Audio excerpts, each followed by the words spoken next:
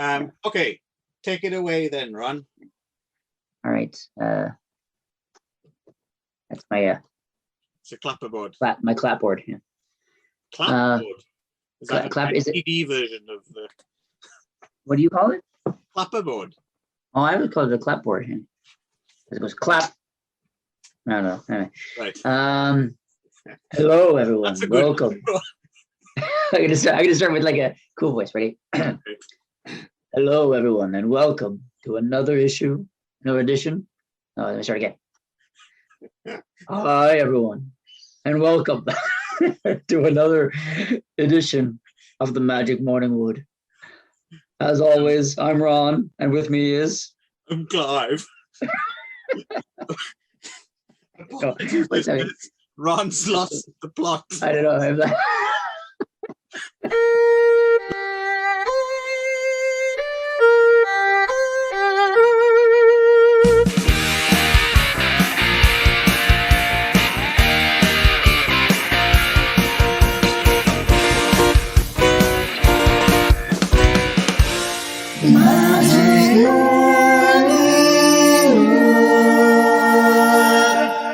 Yeah, so welcome to another edition. How's it going, Clive? I'm all right, Ron. How is it with you? I'm okay. Yeah, so Yeah. good. Okay. Yeah, good. That's always a good So, part to show the how you doing. How you doing? Yeah, that's the best part. It's always the highlight. Yeah. It's all downhill from here now. Yeah. No. Yes, the Magic Morning Wood would be fucking do.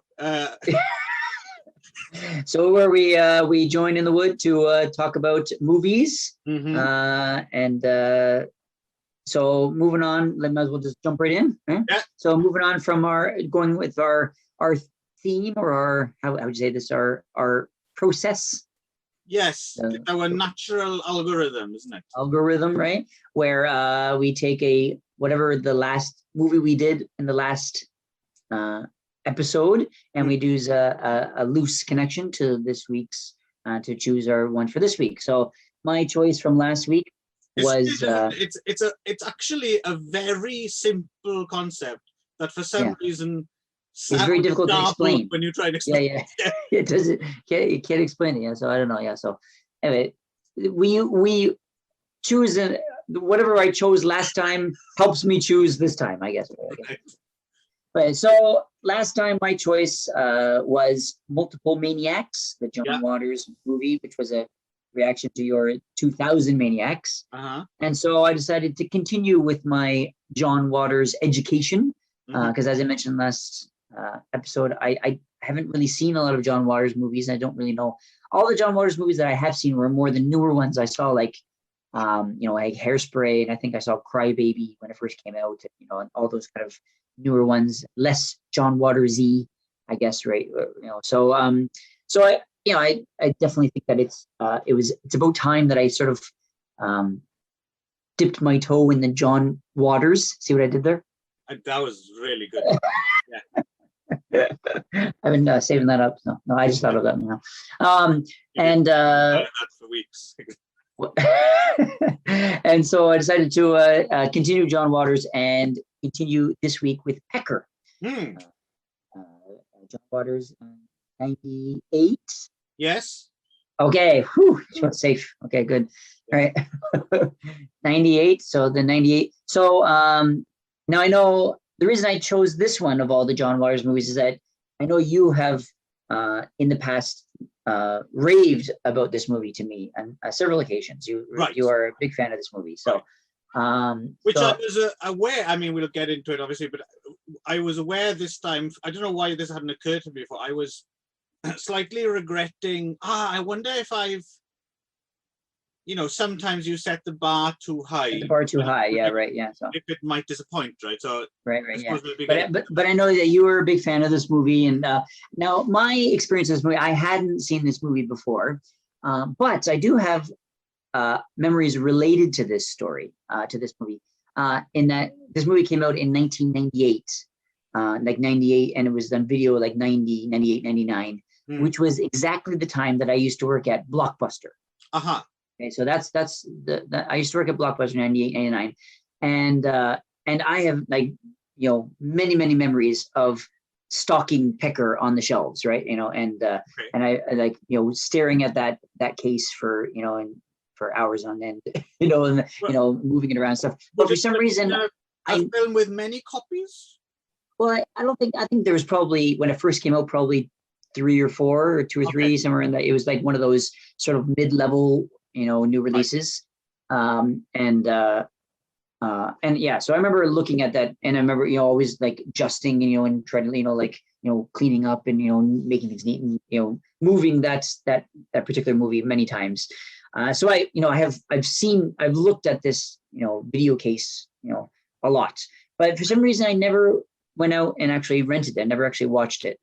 So I'm not sure why that was, but I guess I was busy with other stuff. But I suppose if I remember the original kind of poster and artwork, it's not really, I mean, I was a John Waters fan, so any new John Waters film would have been a must-see for me. But yeah, if I didn't know who John Waters was, it's not really the most inspiring. It wasn't. Yeah, I don't think it was I think if I'm guessing, but I can't quite remember. But I don't think that the video case was that interesting. I mean, it's like that kind of red background with with Edward Furlong standing in front with a camera, and basically that's it. It's just like him standing with the camera, and I was like, I feel like something called Pecker would have piqued my interest, but for some reason, I think maybe the marketing campaign was enough that it didn't, I guess. So right. So or at least it was maybe one that just never really got around to watching. But I think it was probably, I think the marketing might have been targeted at existing John Waters fans rather than getting newcomers on board, kind of thing. What was the marketing for Pecker similar to other movies? No, I just mean in terms of like, that's all they would have gone was the new film from John Waters, rather than, I'm not sure if they tried to inspire, non-Waters. I mean, I think that would have been the hook to hang it on, right? It was just right. from John Waters, as opposed to trying to get other people on board. Right. Yeah, because it is a very John Waters take on. It's kind of difficult to think of another way to sell it in a way, like, because it's an odd fit. Like if it wasn't a John Waters film, it was made by someone else.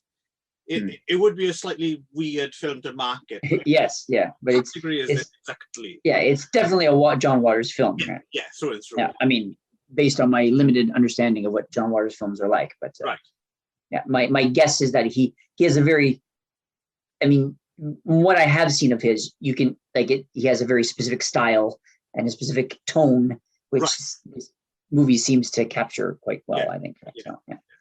So, so you want to talk about your background? I mean, we've already established you like this movie. What you want to talk about? Well, why don't you just give a brief little, what's it about? What is Pecker about? What is the actual story of the film then? So Edward Furlong plays like a young man who lives in Baltimore, as most John Waters films are set, and his mom runs sort of a secondhand store, or like a used store, and he, before the events of this movie, has found like an old used camera, and which he's picked up, and then he's just sort of picked up photography as a hobby. Yeah. And when we joined the movie, he's sort of been takes lots of, like, obsessively taking photos. Always basically all he does is takes photos, and of sort of the kooky, crazy people in his neighborhood.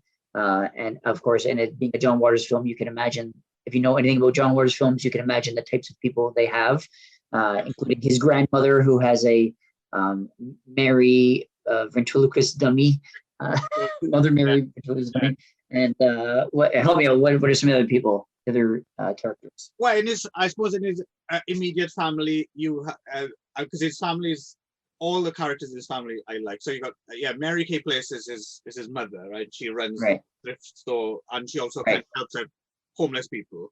Right. And you've got his father runs a bar. he might be my favorite, played by Mark Joy, and he's kind of obsessed with the strip joint that's open across the road. Right. He's very anti-pubic hair. Yes. He even has a line at someone, pubic hair is illegal. It's just, anyway, and you got little Chrissy, who is his sugar obsessed younger sister. And then his older sister, played by the brilliant Martha Plimpton, who works in at the gay bar. At the Fudge Palace. Yeah. And me mama is the grandmother with the Virgin Mary, which she does the voice of it, speaking like full of grace, full of grace, full of grace, Mary, full of grace. But there's also many other kooky characters in the neighborhood as well. Yeah, he takes photos of all these people, and he's leading up. He works at this sort of sub shop, this like sandwich place, and he's obviously convinced his boss to allowing him to have a photography show. So as we open, he's sort of like really getting excited and gearing up for this photography exhibit at this sub shop. And his boss's line I really love at this point is that he goes, "This ain't no art gallery, it's a restaurant." I just love this film to bits. It's so full of good stuff. Your love for this movie is just as interesting as really tough. So anyway, basically he has this show exhibit, and at the show is attended by Lily Taylor, who shows up as sort of an actual like art agent, I guess, of some kind. Or some she seems to run a gallery, I think. It runs a gallery, right? And so she is sort of like takes to his photos and decides to give him and offers to give him a show. And he gets in New York City, and so he gets his own exhibit in New York City, and he's really excited. And then becomes like the toast of the art world, and becomes like the new big thing.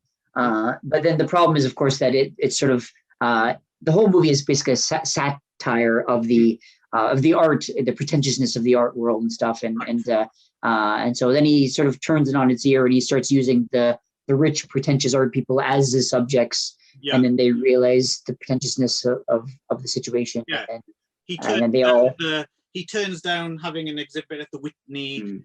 Yeah. And basically gradually he finds that just by showing these photos that he's actually ruining his life. So all of his relationships begin to get ruined because of the photo of that person that he's shown and stuff like that. So he starts to regret doing this, and then he sees sort of the pretentiousness and shallowness of the art world anyway. And then sort of uses the art people as the subjects, and then they start to see the pretentiousness, their own pretentiousness, and then everyone has a big party at the end. Pretty much. Yeah. So peppered with John Waters' satire and comedy, and kooky. Lots of regular actors as well turn up in it. A lot of characters, and then the sort of like the Pope of Filth doing his thing, right? So right, yeah. So obviously, I love this film, and before I just go off on one, I'm really curious if it worked for you or not, or I mean it was. Yeah, I definitely enjoyed it. Yeah, I'm again surprised that I didn't watch this one the first time around. It seemed like something that would have been at least in my wheelhouse in the late 90s for sure. Right. Put it up there with the other ones like that. I mean it was I mean it's not a perfect movie. I think that there are some issues with it, right? So I mean definitely they could have tweaked a little bit here and there, and I think Edward Furlong is sort of so. I think he fits the character fine, but I think he doesn't really have that much to do. He basically just has this kind of like the performances. I mean, the performances are all over the place. I mean, I think John Waters that's the way he likes it in a way. Yeah, like some of his line readings, you can tell Edward Furlong like doesn't quite know what to do. There's little things. There's like one bit where they're coming back into Baltimore from New York and everyone's reading about his art show and they arrive at Hampton. And there's this, he goes, "Oh, it's our stop." And just the way he says it, just like, it's not quite right. Yeah, I know the exact, I remember that exact line. I was like, I remember doing the same thing. That was a very strange line reading of that, right? Yeah, so, yeah. And it's just, you can tell either John Waters didn't really care, or it's not important, or he specifically said like this and just went in a strange way, right? You know? Yeah. It's just an odd, and oddly enough, it doesn't really detract from the film. You just go with it, but it is interesting to consider, like. Yeah, I mean, it sort of feeds into the sort of like inherent weirdness of the movie itself, right? You know, kind of thing. You know, so it's sort of like, you know, tonally doesn't feel out of place, right? I think John Waters has that thing as well. You know, like David Mamet, like David Mamet's plays and his dialogue. There are very few people who know how to pull it off. I think, like David Mamet's kind of a brilliant writer in some ways, but if you don't know how to do it, it's like in film that Joe Mantegna can do it. Like he can do David Mamet and William H. Macy. Yes, William H. Macy. Yeah. Which is like they can somehow they sell it. They can read this potentially stilted, weird, unnatural dialogue and make it sound. Right. And I feel in this film, the two people who really knock it out of the park are Martha Plimpton. I think she's so good. She's so joyous. My Liza Minnelli CDs are gone. And Mark Joy as the father. Oh, okay. It's pitch perfect, I think. Like his obsession with pubic hair in this is just fucking hilarious. Like he's always asking people, you know, like asking a cop, is pubic hair legal here in New York? He seems to know how to deliver it somehow. Right. But everyone else is slightly floundering. Like Edward Furlong's Christina Ricci as his girlfriend. She's fun in it. She's really good fun in it. But you can tell she's not. Sometimes she's not quite sure how to play it. Right. Like it's very broad, isn't it? But she does seem a little uncomfortable at times with what's happening. Right. So. But to be fair, she swings for the fences when she needs to. Yes, which we'll talk about with your movie, right? But Edward Furlong, he seemed to have this sort of like, he was this perpetually kind of this goofy, happy-go-lucky thing all the time, no matter what was happening, even though it was like the worst, you know, even when he was like, all of his relationships were dashed and damaged, and he was at his lowest point, he still seemed like, hey, well, you know, life's happening. So which is fine, I guess, for the movie. But you know, and I'm not sure if it was what he specifically was told to do, or if it was just the failings of him as an actor, or whatever. But anyway, it's a film that doesn't exist outside of John Waters' world, right? Like, right? Yeah. I think that's the thing. It works, and the more you're obsessed with John Waters, I think the more fun it is, because there's so many things in it that I like. So many things from his life, like the thing about putting your feet inside the bags when there's two people in the voting booth, so you can't tell if two people are in there. That's something I read about. Him and his best friend Brendan Sexton III, the shoplifter. I mean, John Waters loved talking about shoplifting as a big obsession of his when he was a teenager. Right. I think they used to do that shopping for others thing. I think that's something he used to do, and so he's managed to make a career out of dining out on his obsessions, and I think he is a happy-go-lucky kind of, I'm a nut. It's just him, right? It's in a way. Yeah. That's right. Yeah, it's sort of like you can tell his movies are extension of him, right? You know, definitely. And so that's good or bad depending on how you. But I can't imagine anyone. John Waters is just such. You may not necessarily love all the things that he loves. I mean, I can't imagine anyone getting upset by John Waters, or like it's all so joyous in a way. Like yeah. Well, I mean, I don't. This is neither here nor there, but I between last episode where we did Multiple Maniacs, and this episode, I listened to an interview with him on Mark Maron's podcast, right? So, and it definitely, I wish I'd listened to it before Multiple Maniacs, just because it gives you perspective on him and as a person and as an artist and as a, you know, in his sort of place in pop culture, right? And and he himself is very grounded. He's a very grounded guy, despite the fact this type of stuff that he does, right? So so it's and he has so much history with the underground and stuff like that, right? You could listen to Andy Warhol as well, right? He's like he's such a engaging kind of interviewee. He's very charismatic, yeah. I'll have to lend you his book, his first biography, Shock Value. I think you might enjoy reading that. Right. Yeah. So anyway, but it was interesting to listen to him talk and then see PECKER, you know, I mean, you know, and have see his interview in between the two movies. Yes. I really like his voice cameo in this film is great as well. Oh, when yelling at Christina Ricci over the phone. Yeah, well, he's the dirty caller, right? He phones her up and he's going, "Be a good little girl and put your vagina up to the phone." It's just such a great and delivered. Just So what was how did you come across this movie first? Oh, I think it was just I was 98. Yeah, I think I might have already read both his books, and I'd seen I think all his films up until that point, and then a new John Waters films, because he didn't make them that often, right? So and just prior to this, the last one he would have done would have been Serial Mom, which I remember loving. Oddly enough, my wife went through a strange period of being totally obsessed with Serial Mom.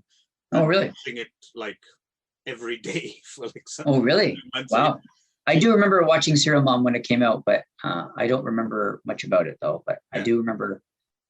It's great, but yeah. So when this came out, I just watched it immediately, and it was interesting as well because it was kind of like John Waters does Frank Capra or something a little bit. You know, it was kind of right.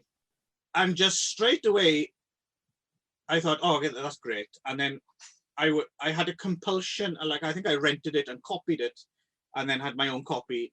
So I watched it again, and then I found myself watching it again, and then watching it. And it's one of those rare things for me where a film became like a favorite song that you like to hear. Right. And it was just, I watched it again for this show. I've seen it at least a dozen times before, and I grinning from year to year through the whole. I mean, it would have been annoying for anyone who's never seen the film to watch it with me, because I would have just singing along with it, basically. But were you saying all the lines at the same time? I pretty much remember. Or just crap. Like, I don't know what it is. I remember originally seeing this on VHS. So obviously you didn't have the best sound and pictures you would now. And I remember the more you watched it, I would hear new lines and things in the background that I'd never heard before. So it's quite a rich layered, and there's a lot of like detail and stuff, like, and slowly you get to learn the whole film. And I don't know, it's just, there's something about, there's so much stuff in this film which is just, I'm not quite sure why I find it quite so hilarious. Like the Pelt Room, right? The bar. For some reason, I was laughing. There's something fucking hilarious about this place. It's like, so the lesbians. Yeah, T-Bone the stripper. And again, this is something from John Waters' life, like a really abusive stripper. Like, she comes in, what you looking at, assholes? and I know who does the voiceover, but the MC is brilliant. It's like, she's all lesbian all the time. And then at one point as well, they just say Bush City. Which just makes me laugh. And Mark Joy's like looking it up, and pubic hair liquor, it's just plain illegal. You know, he's obsessed with this element. And And Pecker even takes a picture of the pubic hair, and that's what in his show, right? And people are like, "What is that?" But of course, it's just a bearded vagina. Yeah, pubic mound, right? Yeah, mound of pubic hair, right? Yeah, probably the film that introduced me to teabagging as well. Oh yeah, okay. That's I'm not sure how I knew what teabagging was without seeing this movie, but yeah. No balls on forehead. No. Teabagging is strictly forbidden here at the Fudge Palace. Yeah, and there's that, and it's just so everything's like tuned. Yeah, don't say pubic in front of little Chrissy. You know, just little lines, and me mama is great, and you know, like yeah, we don't like that place where your older sister works, the Devil's Workshop, and just everything is just finely because I suppose it's because everything must just be ripped from real life, right? So it all rings true. Like they feel like real characters, even though in a way they're quite two-dimensional. Right, and the characters, but they're like heightened versions of probably real people that John Waters knew, right? So yeah. So it feels like little details as well, like when they come back to New York, so they publish in the paper how much they got paid, so their house got robbed. Right. And just the fact that like when they're kind of rushing into the house and the cops have cornered off, and there's just like some random old dude outside goes, "Hey Pecker, I hear you're rich." You know, just nice little detail which just really brings it all to life for me. Right. So it I don't know, something about it. It just and yeah, by the time you get to the end, in a way, it's a very cliched, you know, the ridiculous happy ending where they all get together at Pecker's place, and Lily Taylor now has her new client is the first blind photographer from New Jersey, who later has like a good sight gag of him just like shooting random stuff with his camera, just shooting like randomly, and Lily Taylor's face standing next to him, she's like, I don't know. She just looks at him. And Lily Taylor as well, I really like her in this film. But again, she also just seems like she doesn't quite know what she's doing. But fuck, I'm in the John Waters film. I'm gonna have fine. Just have fun. Yeah. A lot of people, that's what it seemed like. It seemed like they were sort of like, I don't really get this, but sure, I'll just, I'm along for the ride. You know, like they don't. No one seems that they're unwilling to do it, but they all seem. Some of them seem a little. It seems like it's sort of out of their ballpark. But they definitely. They all seem like they're going for it anyway. That they're having fun trying, So like John Waters as well strikes me as one of those people who gets away with like notoriously actors hate line readings, right? You don't give people line readings. But I know for a fact John Waters does do line readings, because I think he's actually quite like he'll do the whole thing. Right, yeah. And I think if most directors did that, it would just piss people off. But I think with John Waters, it comes from such a place of like mania and joy and festival. I think they just, okay, if you say so. That's well. I think also it depends on. I mean, you, as you mentioned before, that he also acts, John Waters, right? So he's an actor as well. And I find that directors that act do more line readings because they come from an acting place of acting, right? Yeah. So in my experience, any director that is also an actor will just act it for you, because it's easier to just show you that it is to explain it in a roundabout way, right? So right. And I mean, the whole thing as well, like towards the end, the end of irony, but the thing is, the whole thing is a very ironic. It's all irony, so it's and plus as well, John Waters is very much part of that. He loves Baltimore, but he is very much part of that New York art world as well. He's had exhibitions and really kind of way out there, kind of arty, kind of difficult to figure out stuff. And so again, it just seems that something shines through. There's like a authenticity or something about it. he knows the whole scene. He knows that world. Yeah. Yeah, he doesn't seem to have any genuine access to grind. I don't think he's actually really angry at the New York people, or he's sort of poking. He's poking fun at them. Yeah, and Baltimore as well, right? I mean, so yeah, and some interesting people in this film as well. Sorry, I'm just stopped. I realize I'm really deliberately stopping myself just from saying quotes from this film, because that's very boring for people who haven't seen the film, right? But for me, I can do it all day, but I'm only entertaining me, right? Yeah, so you've we mentioned Mary Kay Place as the mother, and Bess Armstrong, and they were both on My So-Called Life together. Right? Yes. Mm-hmm. Bess Armstrong turns out again. Bess Armstrong seems a bit confused about how to play her part as well, right? Like it's very kind of broad. And, so John Waters, right? So you got Mink Stole is in there, Patty Hearst, Susan Lowe. Did you notice Mary Vivian Pierce? If you remember Multiple Maniacs, Mary Vivian Pierce played the blonde rival to Divine's affections, right? She was like, the other main, so it was Divine and David Lockery, and David Lockery ran away with the platinum blonde. Okay. You remember? Well, she was in this. She's the homophobic woman in the burger joint. Oh, okay. Those homos. There's nothing gay about it. That's Mary Vivian Pierce. Okay. Bridget Berlin, who was a Warhol star, a real Cindy Sherman, Greg Gorman from the art world. Have you watched The Wire? Yeah. You remember the very big, proper fat chief of detectives guy in The Wire? The guy who's always like eating something or like reading some pornography at his desk. Or okay. He was the guy who buys pit beef. Okay. He was the construction worker, best pit beef in Baltimore. I'd never heard of pit beef. I don't know if you knew pit beef before this film. No.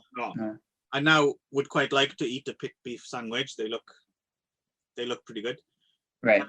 I suppose the other thing that's worth mentioning is the soundtrack is great as well. I used to have the I still do have it. I used to have the soundtrack as well.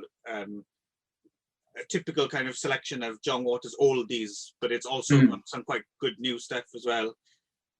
Stuart Copeland did, like in the Fudge Palace. So the Fudge Palace, the setup of the Fudge Palace it's trade, right? So it's straight guys stripping for gay men. Right. So if you notice in the Fudge Palace, there's this song playing going, "Street boys, street boys. Street boys. I think that's hilarious as well.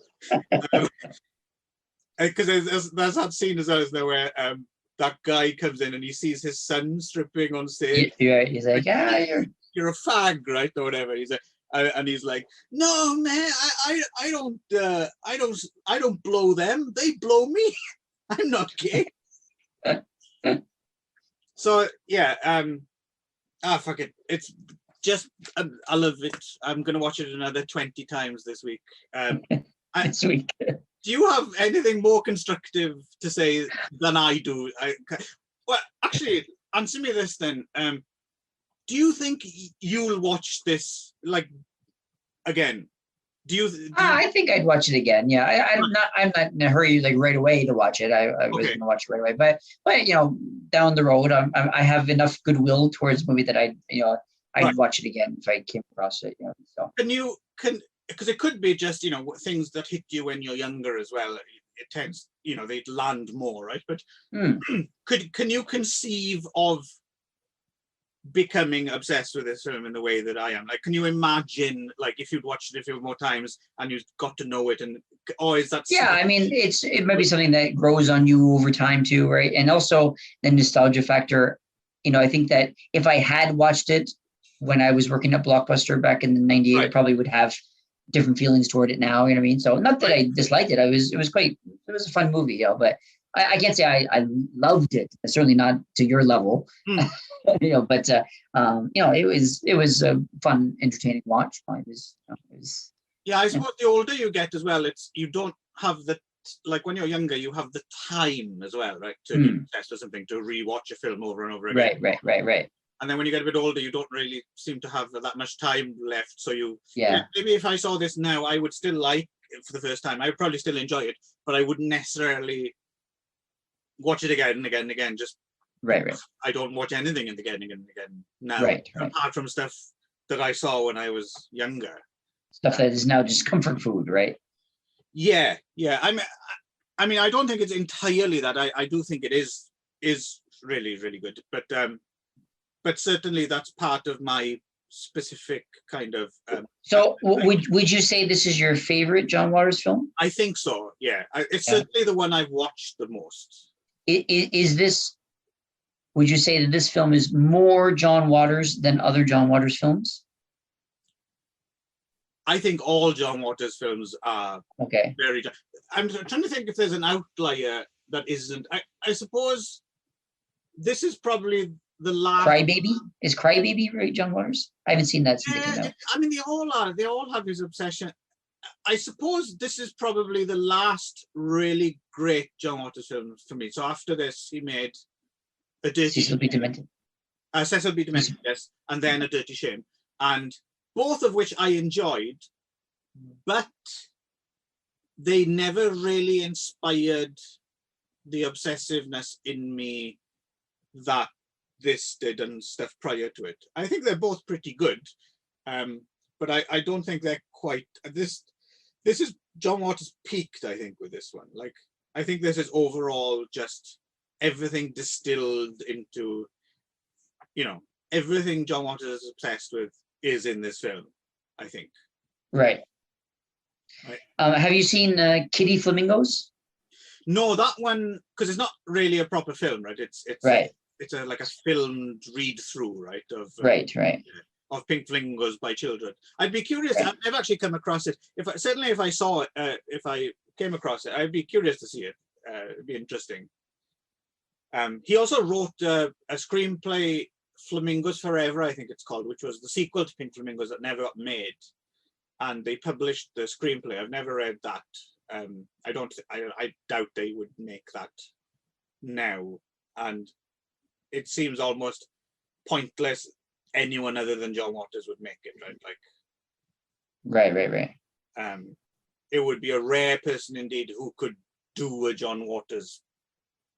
It's interesting. I wonder if at one point in the future, maybe someone will come along who is inspired by John Waters, but has enough of their own spin that, I wonder if we'll have another John Waters, But it's interesting. I mean, when you look at his filmography, I mean, if you count Kitty Flamingos, which isn't really a proper movie, he only has 18 movies that he's directed. Yeah, it's interesting that he's made such a name for himself, and so like he is so iconic in terms of like his place in filmmaking that he's done it with so few movies.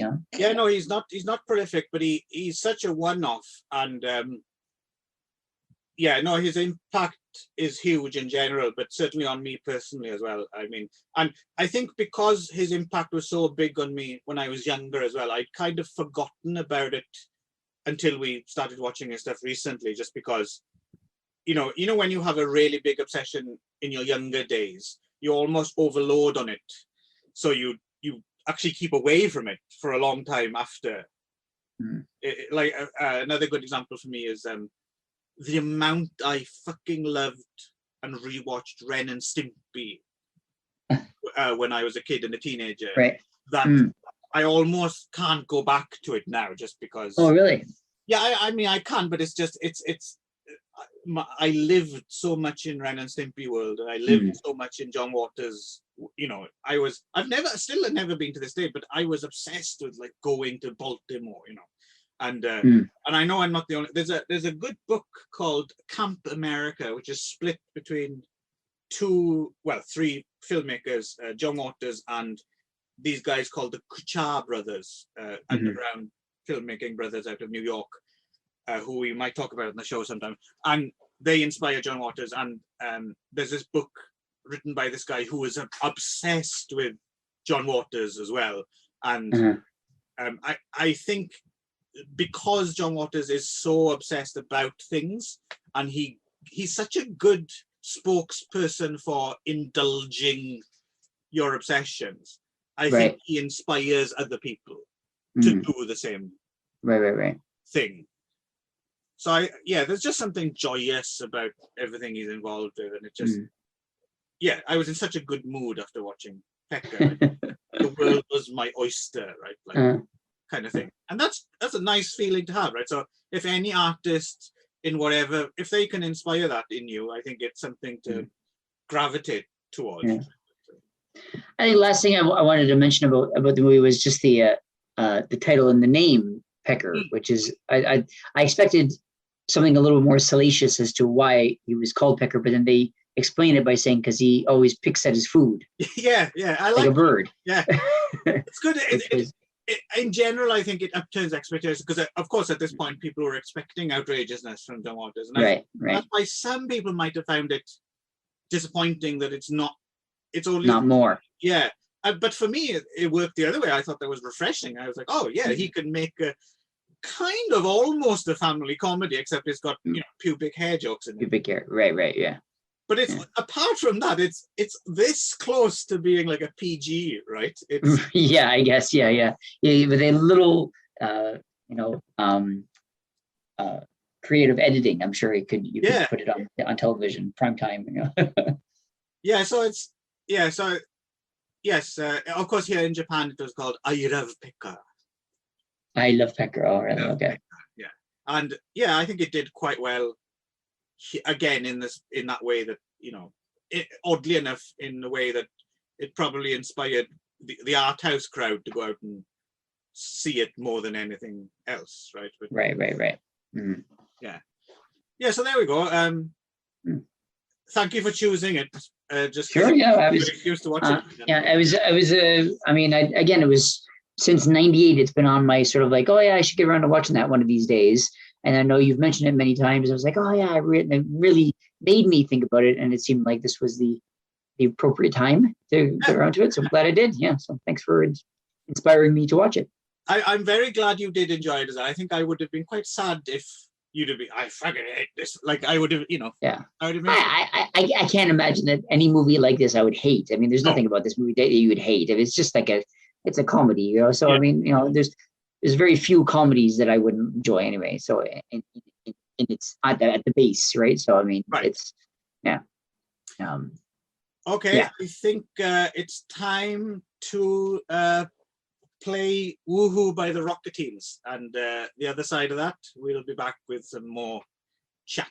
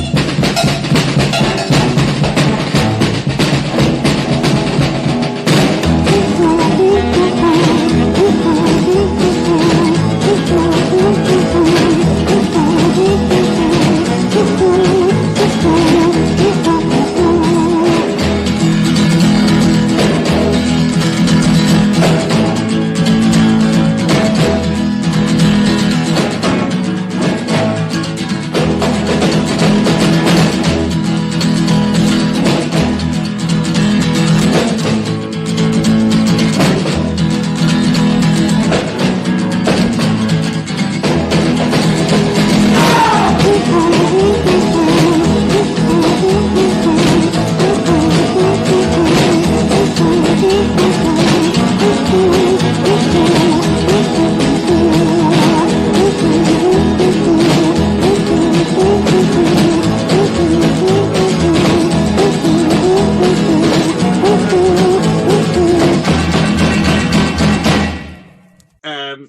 we're back.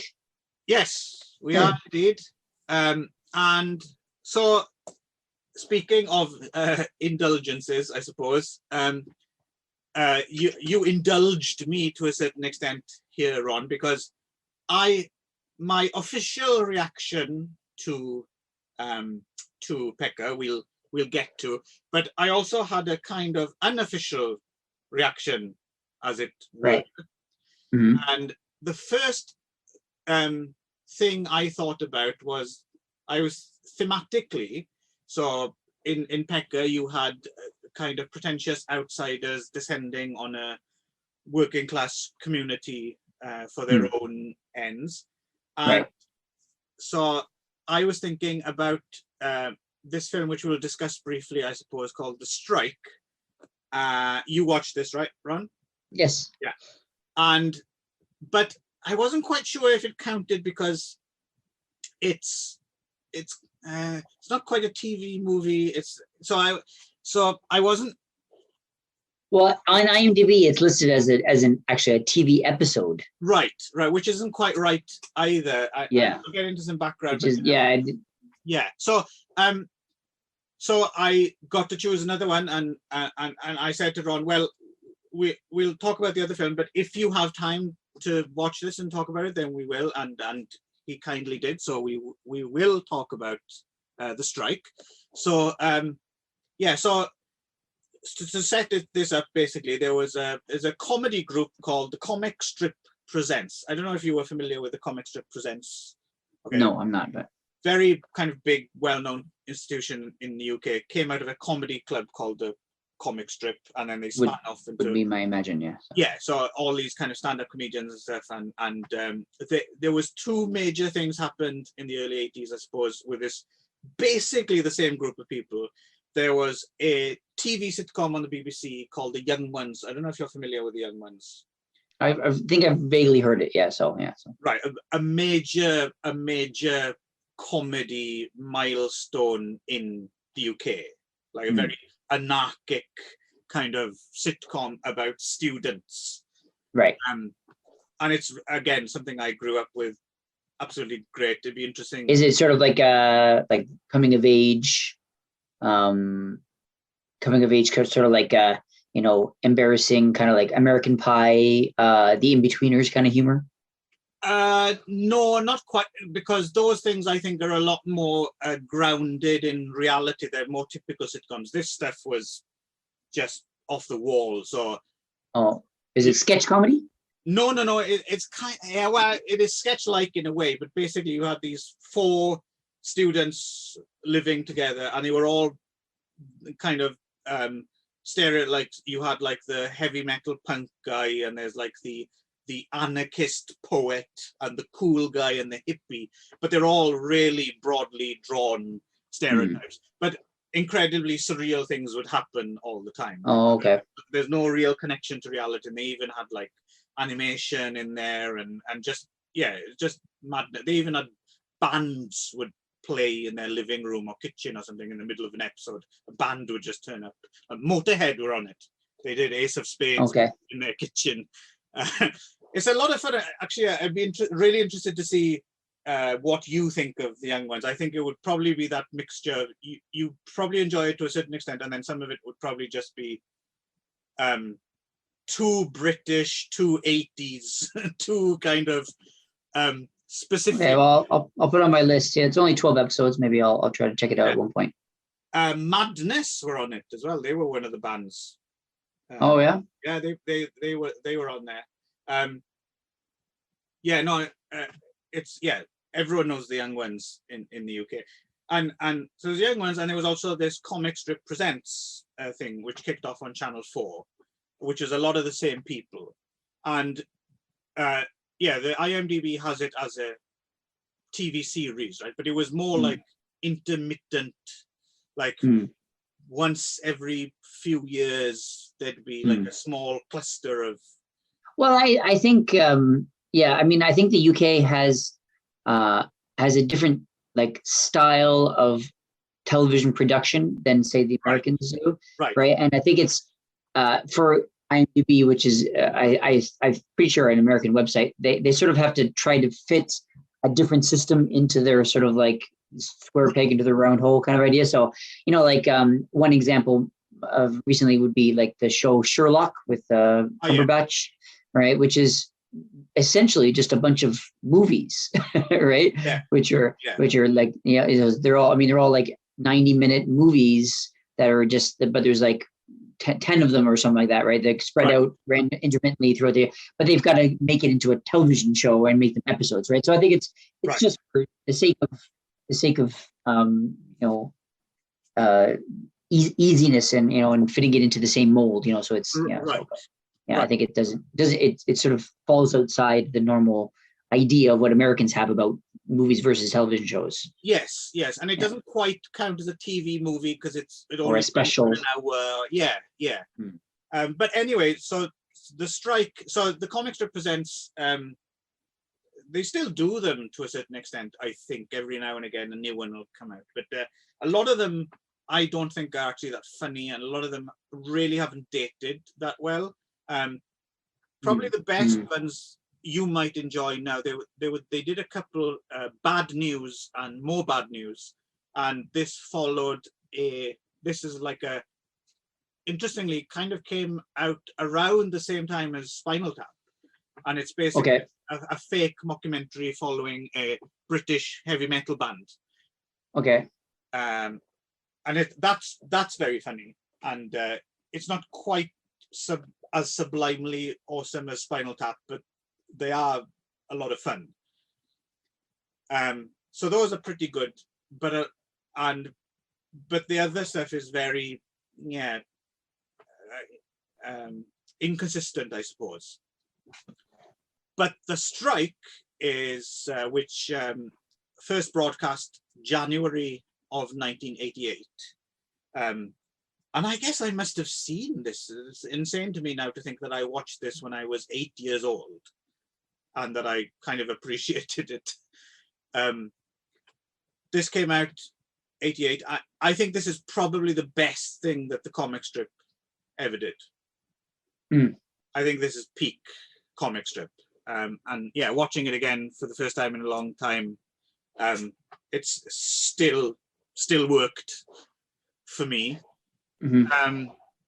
So the basic story is basically Alexei Sayle, who's actually one of my, you can't really tell from this because he's not necessarily the best actor in the world, and his Welsh accent comes and goes. He's not Welsh, he's Liverpudlian, but he's one of my favorite comedians. He's just started a podcast recently, actually, and I still follow him. He's a very interesting guy. But yeah, Alexei Sayle stars as a guy from this Welsh mining town who's written a screenplay all about the miners' strike back in '84, and goes off to London because there's an agent who is like, yes, we're gonna, and Hollywood get involved in the form of Robbie. Did you know Robbie Coltrane? Well, yeah, from Harry Potter. There we go. Okay, yeah. So whatever. And other stuff she's done, So Gridworth. Yeah. What the fuck's that character called? The big fat gardener, like Hagrid. Hagrid. There we go. Yeah. So Hagrid. Yeah. So was it a surprise to see him as the cigar chomp? No, I think we've mentioned he's popped up in another movie recently, because I remember we've had the same conversation about him. Really? Oh, okay. Like a few episodes ago. I don't remember what movie it was in, but I've seen him in other stuff. He's a character actor around. I see him. Yeah. And yeah, so he's this. He was actually the only person I recognized in this movie. Right. Okay, so he's the cigar chomping kind of very Hollywood producer, and they decide they're going to make this film about the miners' strike, which is a very low key story in a way, and famously Arthur Scargill kind of failed in the end as well to get the unions what they wanted. And this was a real life event. This miners' strike. Yeah. And So Arthur Scargill was a real guy, right? So, yes, yeah. and yes. So, but in this film, of course, Hollywood decides that Arthur Scargill is going to be played by Al Pacino, as played by Peter Richardson, who was also the director, writer, who wrote this with Peter Richards, and he was the main difference between. So was part of the comic strip, but he wasn't in the Young Ones. So that's the one thing that distinguishes one from the other, I suppose. Because I see. most of the other players in this are very, very familiar from, they have Young Ones careers. Right. Yeah. Okay.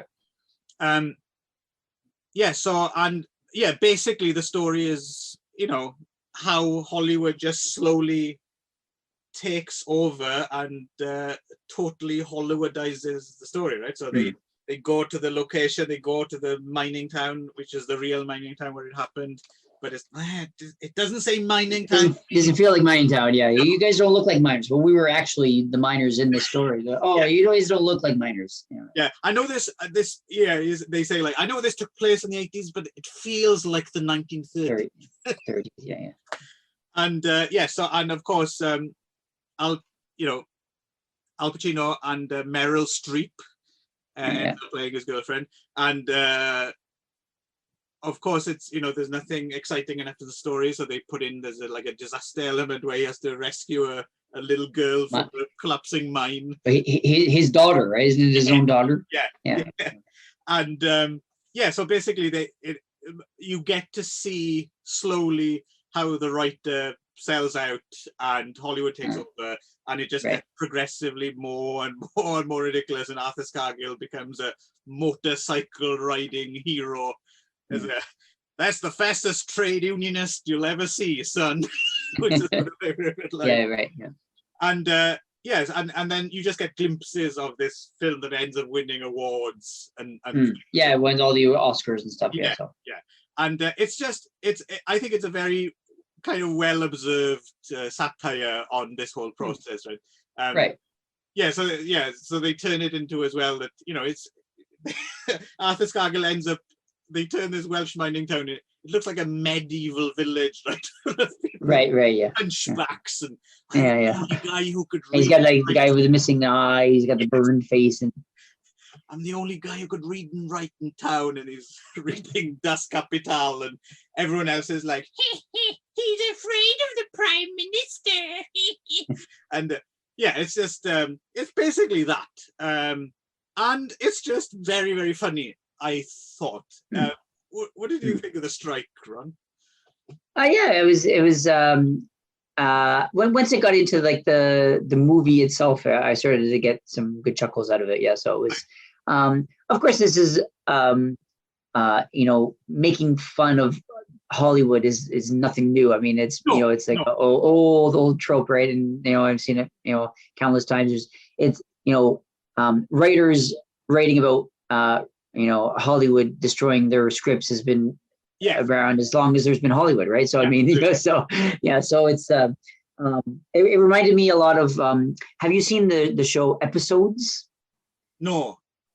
So I highly recommend that. So I saw that it was quite good. It's very similar kind of idea where it's a British married couple who are writing partners, and they've written this really like highbrow intellectual like British comedy, and they've produced it for many years about like a finishing school or whatever with like a headmaster, and it's like the headmaster's boys, and it's like the headmaster, and it's got like really I can't remember his name. It's really like a respected British actor. He's very, very fat guy, but he's very respected British actor. I can't remember his name off the top of my head, but anyway, but he was a recognizable guy, and so then is so successful in Britain that Hollywood decided to buy it, bring it over to Hollywood. But they've got to like make it hot. It's very British, so they have to kind of make it American, right. And it gradually adapts. And so they bring them over to Hollywood to write the show, but then they change it so that it's about a hockey team starring Matt LeBlanc. Okay. Right, and it's really, really funny. It's really okay. It's very similar. Richard Griffiths is the guy who's trying to. Okay, I like. He's it. Yeah, so he plays the headmaster. Anyway, it's really funny show. I highly recommend it. It's quite good. And so it's them going to Hollywood and having to deal with the selling out. And, they make friends with Matt LeBlanc and and so like you said, it's not the most original idea in the world, but I think when it's done well, I think it's done well here, right? Yeah, I think they observe. And it definitely great ideas. I was curious if Al Pacino and Meryl Streep are familiar, are aware of this. I wonder. So on top of I suppose what I like about it is on top of just in general, I specifically like the way they target in on because Al Pacino and I don't know Al Pacino, obviously I don't know, but him and Meryl Streep, they do seem to really kind of they kind of I love of a certain type of they're real serious actors. Like, because she's they're really I love the orange. I feel like my character has to have an orange. He's killing an orange. He's like, what the fuck is this orange? Get the fuck out of here with this orange. And she's got, and then the orange rolls away. She reaches into her shirt. She's got another orange all ready to go and so right. So it was pretty good. Yeah. If she's peeling an orange, I'm going to be loading a handgun. It's like they need something to do with their hands, right? It's like she's walking down the street. She's still peeling this fucking orange, right? So it was a good satire. It was a good take off of that. Another thing it reminds me of, maybe you can help me remember this. This has been killing me since I watched it. It reminded me like the PECKER and the pretentiousness of the art world and some of that, and this choice. It sort of reminded me of something I've seen. I can't remember where I've seen it or what it is. Maybe it rings bells for you. I was hoping that maybe you would remember, or if you've seen it. I have this memory of a scene. I don't remember if it's in what kind of movie it is. I don't remember the actor or actress, but basically the premise is that the main character is a person who is sort of like a part-time artist, like a hobbyist artist, and for some reason he paints on the ceiling. Okay, and all of his paintings are like a ceiling. Like he's like a house painter that he would just do stuff from the ceiling. Or I can't remember why. There was some sort of practical reason why he would always paint ceilings, right? Because he was like a house painter or something like that. And anyway, so then he ends up getting just like PECKER. He gets like discovered by like an art person and given his own show. And there's like, I remember this vividly, the scene where all these kind of pretentious art people, they all come into the room to see his exhibit, and the walls are all blank. Okay. And there's nothing, right? And they say, oh my gosh, look, there's a crack in that wall. That crack must be like a metaphor for like, the cracks in society and blah, blah, blah. And, and going through this whole, like, and then he comes over and goes, no, it's on the ceiling. And he points up and they look up and he's made the mural on the ceiling. They're all like, oh, so up until that point, they were like taking the bare walls as the art, right? Right. Does that ring any bells for you? No, if anyone knows, anyway, I have a very vivid memory of that scene, but I can't remember who the actor was or what the piece was. I even tried Googling it, but I couldn't. It's coming up blank. Yeah, no. If anyone knows, head on over to the Magic Morning Wood Circle Jerk Facebook page and let us know. Yeah, because it's killing me, anyway. But it definitely reminded me like these two types of things. Okay. Really reminded me of that scene. Right. No, like vividly back to me, but I can't remember the situation. There's a rich vein of that kind of stuff. I suppose the other reason I like it here as well is I think it straddles the line quite well between being ridiculous, like really stupid, that he has to, they're going to blow up Sellafield nuclear reactor and he has to take his motorbike, and it's all ridiculous enough, but it's not too far away. Like you can't imagine. No, yeah, that's the best satire is that it's closer to reality. You know what I mean? So especially when he ends up in Parliament and he gives his speech, and you've got Rick Mayall as he's almost like an Abraham Lincoln like judge, isn't he? And right. And at the end, like order in the court, he's like trying to go with his gavel. He just gives up and throws the gavel in the air. Yeah. Nice little touches like that. And then the little girl comes in and she's got leg braces, but come on, walk to daddy. You know, that kind of stuff is just like it's not too far removed.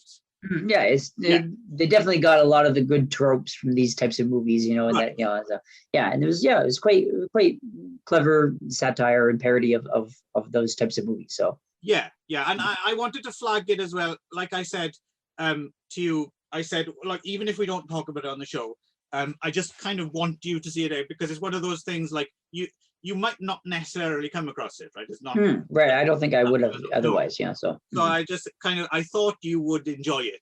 I appreciate it. Thank you. Yeah. And it fit well with PECKER, I thought. Yeah. So and thank you. Yeah, thank you for indulging me. I kind of basically had two choices. Speaking of which, are we done with the strike? You got any more to say about it? I guess so. Yeah. So it means, considering it wasn't even your official choice, right? No. One more thing you should mention quickly before we move on is that the strike is available on YouTube. Oh yeah, good. Yeah. Oh yes, we should. That's and for some strange reason, missing the last 2 minutes of sound. Yeah, that was kind of strange, but it didn't seem like there was much dialogue going on anyway. Like at the very end, spoiler, of course, is after the Oscars are finished and they've won all these awards for what he thinks is a big pile of crap. He finishes it off by just throwing his typewriter, smashing it in the field, and walking away, giving up and writing. And it's sort of like the typewriter smash is what's right, so. He goes back to his hometown and he's like a wanted man. Right. Yeah. Because he sold out, right? Yeah.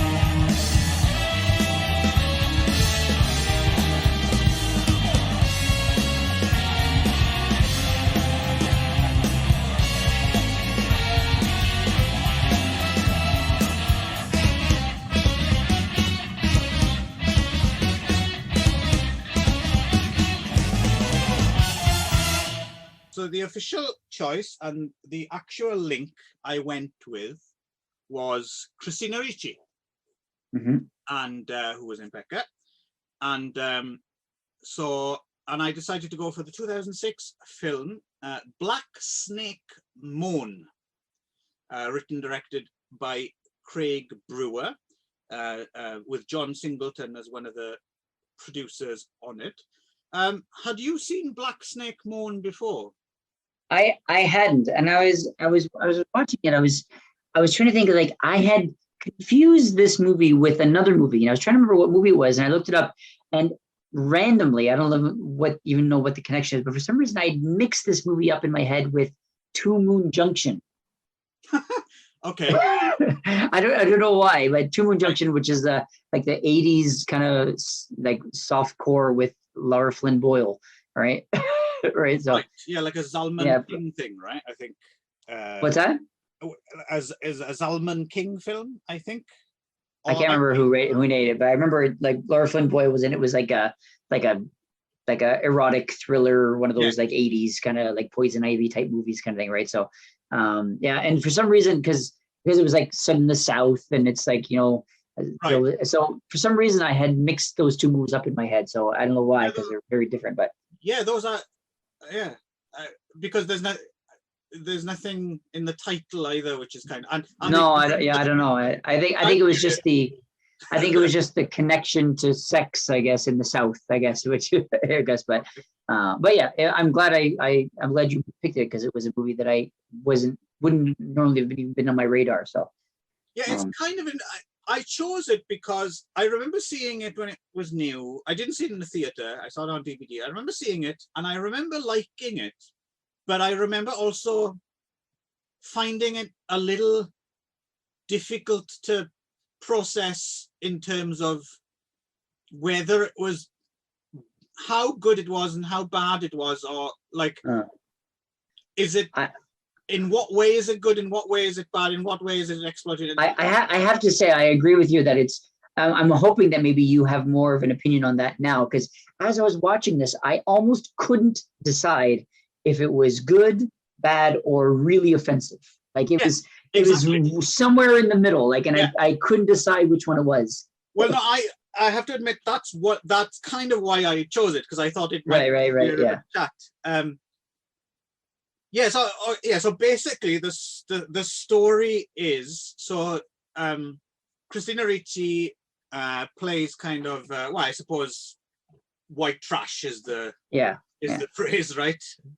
Damaged Southern hillbilly, yes, and hot as trash as well. Yeah. Although I as I was watching her in Pecker, like she has that kind of, she's like quite young in Pecker. She's like 17 or 18 when she's doing it, but she definitely has a bit of like a burgeoning sexuality, as Christina Ricci does, and she has that, that in Pecker where she like unzips her sweater, and then he takes a picture of her like with like the cleavage and stuff, and you're like, oh yeah, she's definitely, she's quite attractive in this movie, and she's definitely getting there, right? So getting to the point where and I was like, and totally makes sense that it's like, oh, it almost makes you wish that there was something that you could see more of Christina Ricci in this sort of sexual nature, and sure enough, you found it. Yeah. Oh yeah, trust me. Well, she's interesting as well, because I think I appreciate when she's not coy about like I appreciate when actors kind of embrace, if they have a, it's not that you have to be, eye candy to be an actress, but if you are, because I think Christina Ricci is a very interesting actress anyway. But she's clearly aware of the fact that she's always had this element of, she kind of has always inspired like a little bit of slightly, in retrospect, creepy fandom, in the same way as Chloe Grace Jailbait Moretz, or well, she started as Wednesday Addams, right? I mean, that's where she sort of got her main big start, right? And so she's, I mean, at the time those boys were only a few years older, but I remember boys fancying her as Wednesday. Really? Yeah. Okay. Because she's quite much like just a child. And she's like 12 or 13. Yeah, it's not, she's not boys, like sexy at all, right? So no. But these boys would have been like 14, 15 as opposed to, 35 or something like that. Right. It's not like super creepy and weird, but it's just, but she had that. There was something obviously about, and she's obviously kind of, rather than run away with it, run away from it, or she's embraced it. Yeah, she's embraced it, but she hasn't built her career on it either, right? She's just not. No. She's not ignored that part of. Right. It's a little bit like now, I think, in a slightly similar vein, and they both have that kind of wide-eyed, not typical beauty, but some Anya Taylor-Joy's kind of right, the big eyes and the round face. and as well, a good actress who's kind of interested in doing different things, but is also kind of aware that there's this side of her as well. Right. But I read up a little bit about this movie, and it seems that like Craig Brewer and the other producers, I guess, and of the movie didn't want to cast her at first. That they thought she wasn't sexy enough, and that she sort of had to really pursue it and try to convince them that she was. Which is, I guess, surprising because I don't know, had she embraced the sexuality before this movie, or was this where she sort of started it this way? I don't know. It seems obvious to me that would. I have to admit, when I first saw this movie, I was kind of wow, is that Christina Ricci a little bit? But it wasn't surprising. It wasn't like I didn't think she could, look like that. But it's just you've never really seen her like that before. Because thinking of Christina Ricci, I mean now her most recent stuff is she's sort of playing like Lizzie Borden and other like kind of like grown up Wednesday Addams, basically, right? I know, but my impression of Christina Ricci has always been that she's been a bit of a bombshell, and that she's had some sort of sexuality, but I can't remember anything actually seeing her in where she was, other than this movie, before this movie, where she was like overtly sexual, where she was anything other than sort of creepy and dark and whatever, but so I don't really know where that idea or impression of her came from. I'm not really sure where. Right. It could be a generational thing as well, because we're both kind of around the same age as her as well. So we've kind of grown up with her to a certain extent as well, right? Whereas I think that changes things when you grow up seeing someone kind of the same age as you on screen. Right. I think that changes it a little bit as well, right? Oh, well, there's also Buffalo 66. Yes, but I don't think that was overtly that was more romantic, wasn't it? Was it? Yeah. She was very attractive in it, but I think that's just more us rather than what they were trying to do with it, if you see what I mean.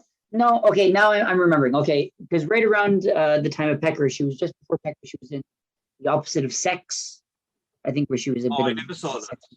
She was a bit like, I remember that was also when I was working at Blockbuster, and that she's got like on the front cover in like a bikini and stuff like that, and so yeah, okay, I'm thinking, Fear and Loathing in Las Vegas, I guess. So I guess, and then 200 Cigarettes. Okay, so okay, I guess there were some like sort of like sexually kind of charged ones around there. I think it's always been there. Plus, as well, I think in general, especially at that time, it's only been in more recent years where younger female actresses can have careers that haven't been sexualized to a certain extent, right? Right. Part of the process, right? But anyway, so she plays this woman with serious issues, apart from the drink and drugs, and she's also something they make a lot of at the beginning of the film, but they don't come back to, which is slightly confusing, was this persistent cough that she's got.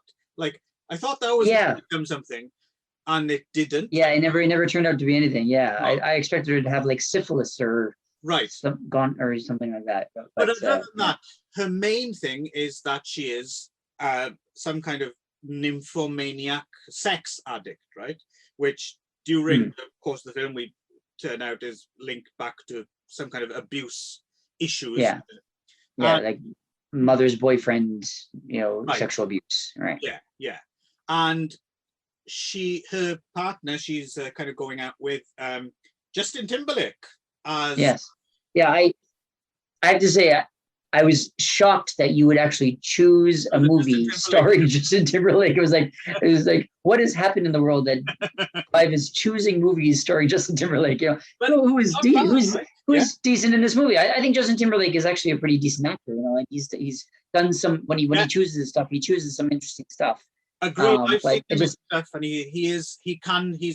and I actually don't know anything about his pop career at all, but he's a good enough actor.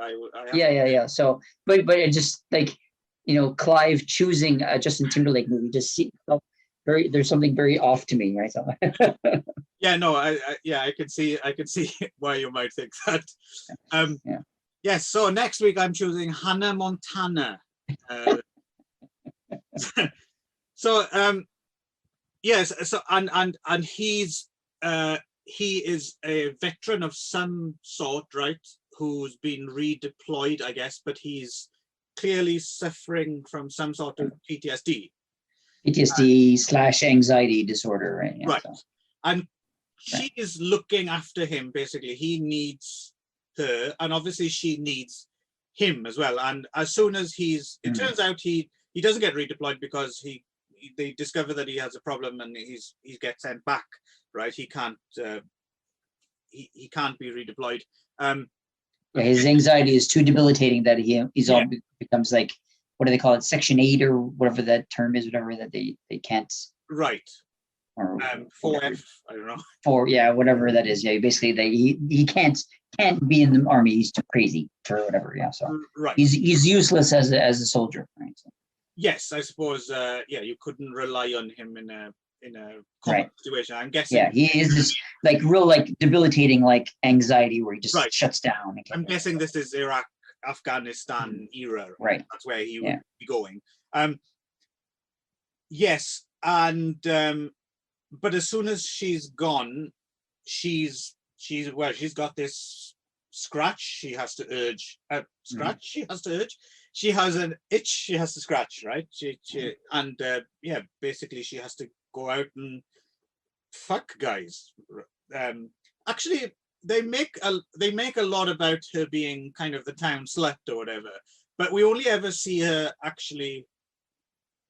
She has one guy she goes to, a main drug dealer guy, to have sex, right? Right. And then there's one other scene later where she does pounce on another guy. And it's also worth bringing this up. Actually, when she's at the party, she's like, she pounces on the Justin Timberlake's friend who ends up beating her up. I don't think she was offering herself to him, and then, or he was sort of forcing him, but she was also out of it and stuff. But and then she forces herself on the other young black guy later, and also on Samuel Jackson. So I think there's enough there to get the idea that she's willing. Because in terms of the young black guy later on when she's chained up, that's just he's there at the right time. I think with Samuel Jackson, she just wants to get away from him, so she offers, "Look, you can do whatever you like to me." Right, yeah. Leave. Well, I mean, I don't. Most of the time, with the exception of maybe the drug dealer, it didn't seem like any of the sex was for gratification. It was almost like she had to use it to get something else. Like she was using it as a payment method almost, or she was using it because she just thought it was what was expected, or that was the next natural step, right, kind of thing, right, which is part of the psychosis, I guess you would call it, right? So, right. Yeah. But it's almost medicinal, isn't it? Like she needs to calm the black snake MOAN, I guess. Right. Yeah. So yes, and as you said, she ends up beaten up and on the side of the road by Justin Timberlake's asshole friend who kind of wants to fuck her, but then when she gives herself up so easily, he does that typical double standard thing of "you filthy slut" and like beats her up and leaves on the side of the road. And I couldn't tell. Did he think that he killed her and he was just dumping her body, or did he? My impression was that he thought that he had actually killed her, and then we just like wanted to just dump the body and run off for it. He's a piece of shit who's left her for dead, right? So right, yeah. And it happens to be in front of Samuel Jackson's house. Now, Samuel Jackson plays like a very religious guy who's going through his own problems. His wife has left him. I'm guessing, again, a lot of this is alluded to, right? I'm guessing his brother, right? Huh? It's for his brother, right? Well, yeah, his brother has run off with his wife. But what I mean is, I get the feeling there's something cracked about Samuel Jackson. I don't think we're meant to think that his wife is unreasonable. Like, I think he has rage Yeah. issues or something. Right. Well, he's like a, I don't know if say retired, but he's like an ex jazz musician, or not no like a, or what would you, blues musician. Yeah. So he's an ex blues guitarist musician who apparently was quite successful, but has given it up. Yeah. And he's obviously got drinking issues and alcoholism and probably rage and stuff like that, right? So, and he's sort of like married. See, my impression, my guess, you can if you got a different one, but he's sort of like, she was maybe a groupie or someone he had met in his musician days, and then sort of has given up, gave up the music, whatever, and then moved out to like be a farmer, and then she's found herself trapped in this like shitty house with like she was complaining about like the radiator and stuff, and that she was almost trapped, and he ended up being like not a particularly nice guy and stuff, and which is interesting. Thinking about what happens later, I'd only picked up on it watching this time. I was wondering, is that a little clue, the fact that she mentions the radiator as well? I think it was foreshadowing. Definitely, I think more than that. I was wondering, had maybe this happened before, like with her, like had he maybe abused her at some point in some way, and that's why the chain was there in the first place. Yeah, I mean, there's a lot in this film. It's possible. I mean, I feel like she would have. Maybe they would have made more. I mean, I know they could have made more out of it with her if it had been that, but I don't know. Yeah, I didn't get that this time around, but I guess it's possible. Yeah, no, I was just a little thing I was thinking. So so basically, Samuel Jackson. I just thought it was more like foreshadowing that he was going to be using the radiator later. Right. Yeah. Right. Yeah, could be.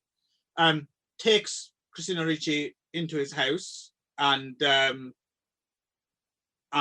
of asks around about her, finds out that she has this reputation, and he's kind of nursing her back to health, and then as soon as she's getting better, she pounces on him, and he decides to make it his life's work. He says, "I aim to cure you of your wickedness," right? So he gets a big chain from the garage, I guess, and ties her.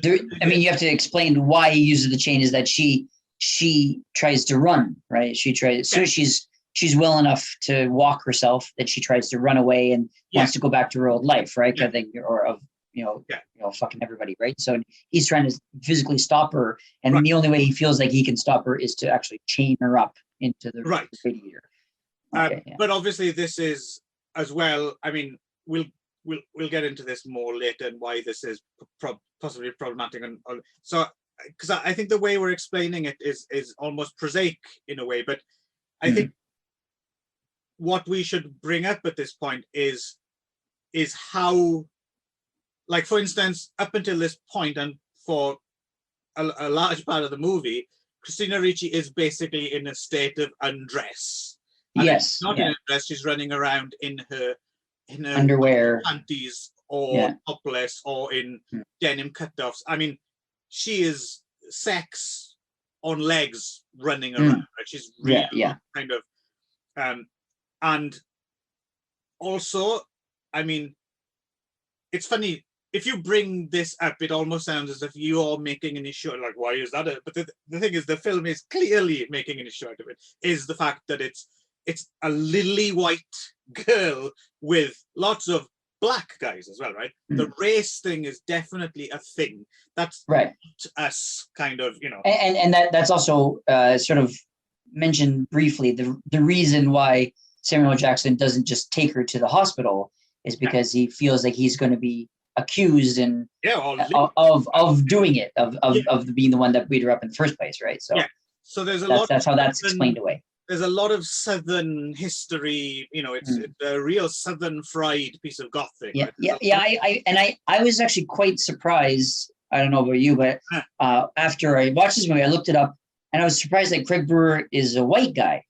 I thought for sure he was going to be black, because it just seemed like there was a lot of sort of like, it was like a black point of view. And I'm not sure if maybe John Singleton brought that, whatever, but.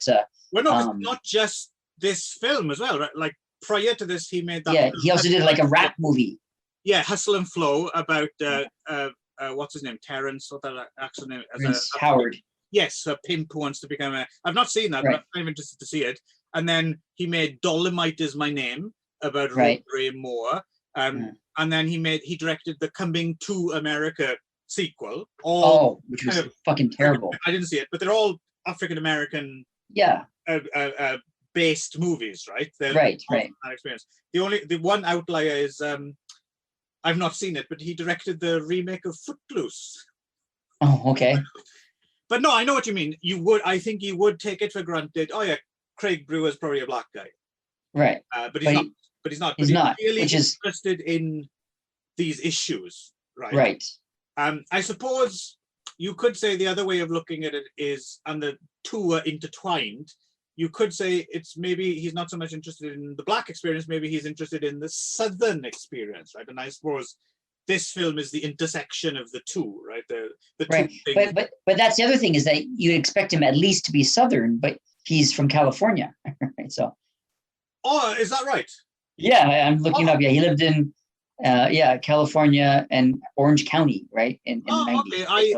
Again, I assumed he was because he's clearly fascinated by the South. Exactly, right? So that's why I felt like his sort of hang-ups, if you want to take like John Waters puts himself into his movies. Yeah.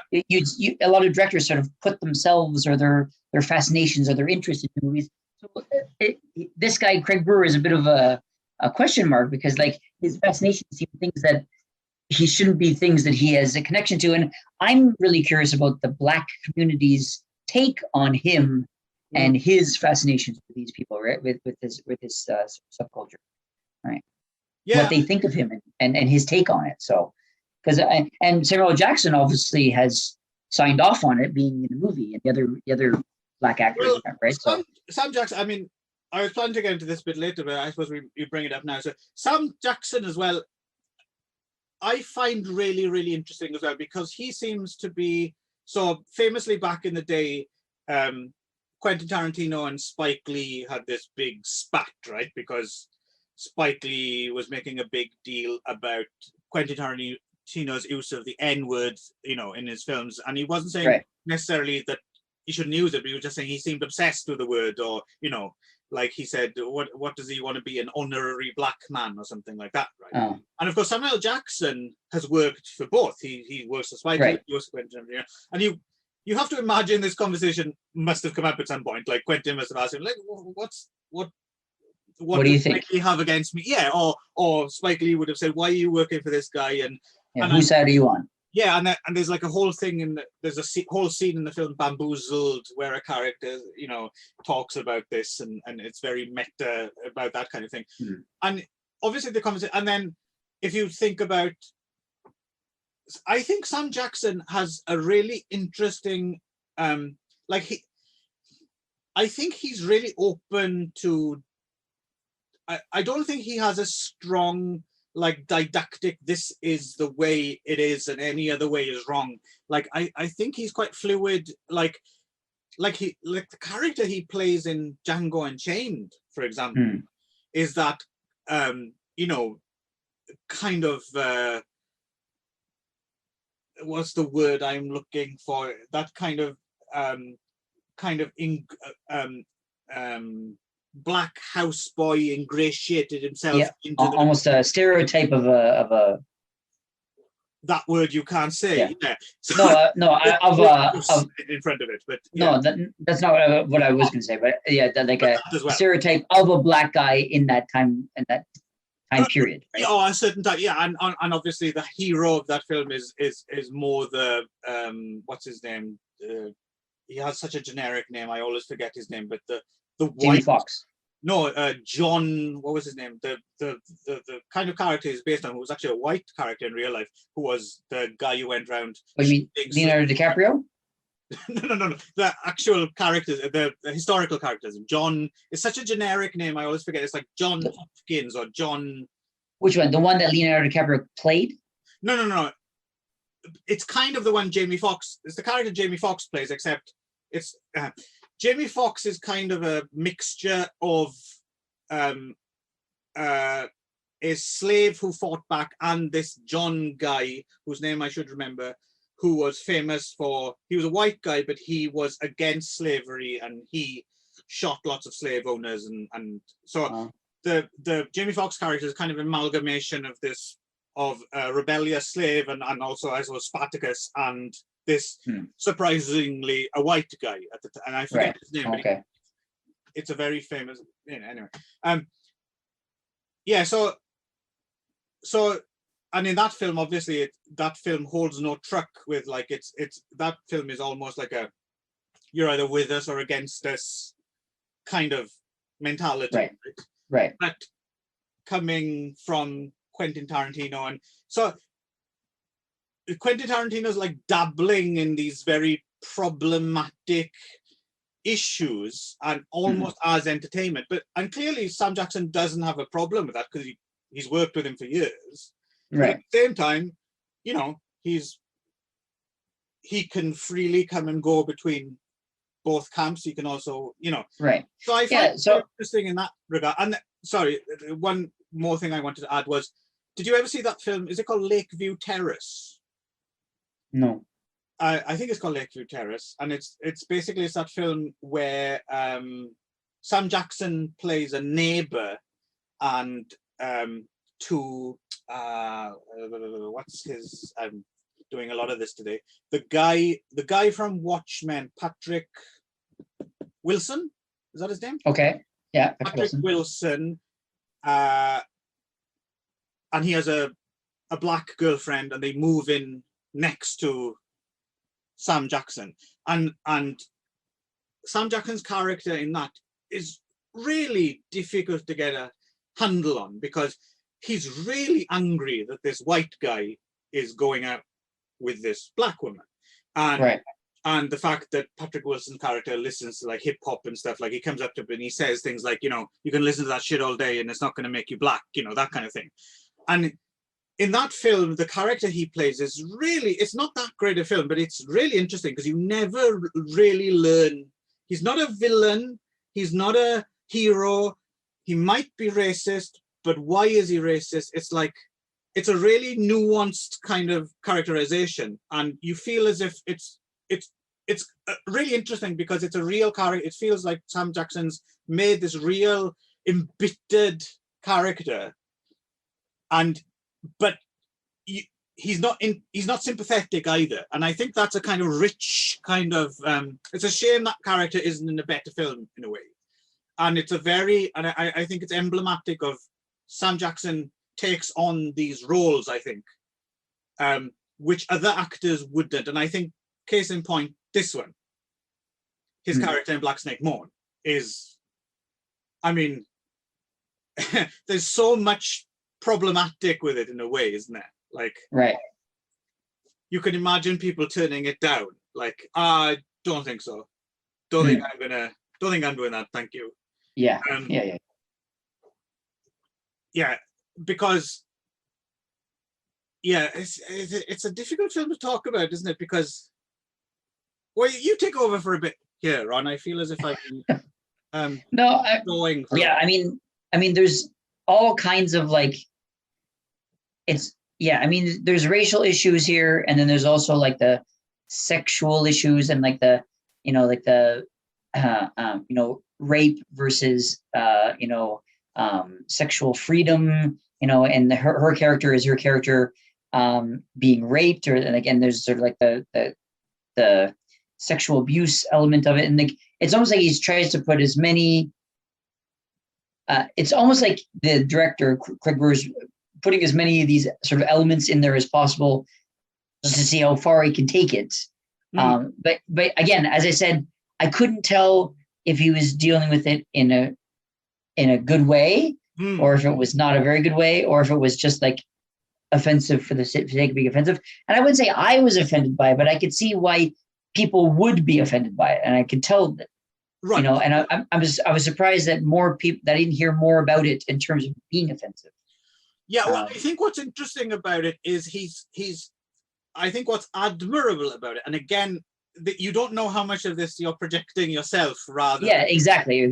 But what I think is admirable about it, did you see have you seen the poster for this film? Yeah, so that's what I was going to get to next, which is that, so I was looking up, and Christina Ricci apparently refuses. Yeah. Well, I don't know if she hates the movie, but she apparently she hates the marketing for this movie to the point where she won't sign anything that she won't like autograph anything that has anything to this movie. And I saw that, but I didn't see any of the marketing. And so I went and I looked at some of the posters, and sure enough, like they're full exploitation posters, like full, like they've got her chained up half naked saying like, oh, it gets hotter in the South, you know, and stuff like that. Like it's like full, like you would expect this to be an exploitation movie. And like, it's like a drive-in movie from the 70s. Yeah, it really is. It's Planet Terror, or like, Grindhouse movie, kind of thing. Right. So, which is not what the movie is. No, but or at least not what it thinks it is. Yeah. What's that? They are in the film, but the elements are in the film, but half naked on the end of a chain with a big black guy. Right, yeah, exactly. But it's not really what the movie's about. At least it's not what the movie pretends to be about, right? So, so my question is, I wonder did Craig Brewer decide to do this type of marketing, or was it like the Hollywood thing? That we've been talking about with like taking over and like, oh, you got to suck up remember the act sex about this. Because I don't think Hollywood would have done that poster in 2006. It's clearly a throwback, right? And I think it gets to the heart. I really think what Craig Brewer's tried, again, might be me projecting, but I think what he's doing in a way is, so if you think of, I was thinking about like the Christina Ricci character and so he's trying to cure her, right? And at a certain point, he gives up, right? They're like, fuck this, we have to go. And they go out to a juke joint, and he plays which is a great scene. He plays his blues guitar, and she's like, dance. And there's like a certain point where they realize, like, and the ending as well, where Justin Timberlake, there's kind of a happy ending, but then there's they take it back a little bit. It's like, oh, it's not happy ever after. And I think what they're trying to get at is like, you have to live with your demons to a certain extent, right? Like you're not going to get rid of them, right? And I was thinking about in terms of Christina Ricci's character, like she's been twisted from early on in this way, right? It's not her fault. And now she needs a certain something, and there's no way you can twist it back. So what do? Do you indulge the fact that she was fucked up from an early age, or do you pretend? Because if you don't allow her to do what she needs to do, you're repressing her. But at the same time, you don't want to be. It reminded me of stories about abuse victims who end up in becoming adult movie actresses, for example. Not all adult movie actresses are abuse victims, obviously, but some of the ones who are, they end up twisted from an early age, and they're given this kind of almost masochistic bent, which is exploited in the adult movie world. And sometimes people feel a bit of shame about it, like, oh, you're taking advantage of it. But the thing is, but as fucked up as it is, the reason that they're like that, they are like that. So do they have to go through the rest of their life pretending they're not like that? And probably, I mean, you could take the point of view that they would probably be sexually promiscuous anyway. At least this way, they're getting paid for it. Exactly. Right. But it's that line between, oh, are you taking advantage of this person, or are you just taking something that already exists, and are you perpetuating it, or, so all these issues. And I think that's what this film does in a way, is it's taking these important issues, but at the same time, it's realizing that, well, these issues are important, but at the same time, the black snake MOAN out in the forest that Samuel Jackson talks about, that's a real thing, right? And you would be a liar if you said you didn't enjoy the scenes of Christina Ricci running around half undressed on a chain. Or at least some people are enjoying it, right? Myself included. Like, there's no point saying, oh, no, I'm not interested in that. I'm interested in the deeper value. No, that's part of it, right? And I think what Craig Brewer is maybe getting at is it's kind of like you have to dance with the devil to a certain extent to deal with it. You can't just brush it on the car. So you could have made this film very straightforward. You could have made it always cut away from the nudity. It always cut away from the violence, and you didn't crank up the racial stuff, and even though you know it's there. But he's kind of decided to go the other way, I think, and like, no, let's put it in there. Let's put it in there as well. Let's make a fucking drive-in poster from the 70s. Let's get a conversation going. That's how again, could be a lot of projection involved there, but I think that's what he's trying to do. And do you think he was successful? I don't know. I mean, there's a lot to admire in this film. I don't think it's entirely successful, but you were talking in terms of the offense issue. Is it offensive? Again, offense is taken, not given, or whatever. But right, of course, yeah. I mean, it's not offensive to me, but I'm wondering if people find it, if others find it, victims of abuse or even like the racial thing, like if people think it's. I think obviously it's valid. I mean, but yeah, for me, obviously, I didn't take offense to it, but also I think I don't think it's an irresponsible film. Let's put it that way. I don't think it's irresponsible. I think it is trying to do something, and it's trying to do it in a way that isn't whitewashing it. I think it's trying to grapple with some stuff. And it is more of that type of film than it is an exploitation drive-in film, although it has those elements in it. And I agree with you, it doesn't have them to the poster makes it look like it's purely that. I don't think it's an entirely spurious. I kind of get it. Maybe I'm the right audience or something. I get the joke to a certain extent. Okay. Like a lot of those, even those old drive-in movies, not always, but even some of those films, I think people forget. People who haven't actually they've only watched the Tarantino version. They've actually haven't gone back to the source. I think they don't realize that sometimes some of those films even had kind of messages, or they were dealing with other issues, but also they had some hits every 20 minutes, so people would actually go and see it. Right. So I think in a way this is the kind of film I think Quentin Tarantino would actually like to make, but I don't think he quite has the discipline to keep it this tight, and he always has to wink at the audience to a certain extent, right? Not early in his career, but certainly for the past few films, like he can't resist showing off a little bit, or the references, or this is almost like a Tarantino style film with all that sucked off it, right? And it's so how about you? What I mean, what's your take on it? Do you think it's a successful film? As I said, from the beginning, I can't decide. Like I couldn't decide. I mean, like I enjoyed the film, but I think, I think I enjoyed it. And sure, and as I said, as you said, sure, I enjoyed seeing Christina Ricci running around with the chain on and stuff like that. But I wasn't sure if I was allowed to enjoy it. You know what I mean? I almost felt like, which is, I guess, the idea of an exploitation film. But I don't think it was, as you said, it wasn't set out to be an exploitation film. And certainly, based on Christina Ricci's reactions now, she didn't think it was an exploitation film when they were making it. Right? It certainly wasn't laid out to her as an exploitation film.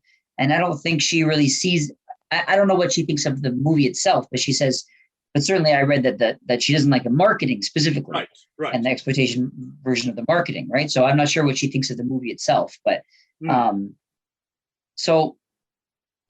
obviously there was, when Craig Brewer was presenting it to Christina Ricci, there was some sort of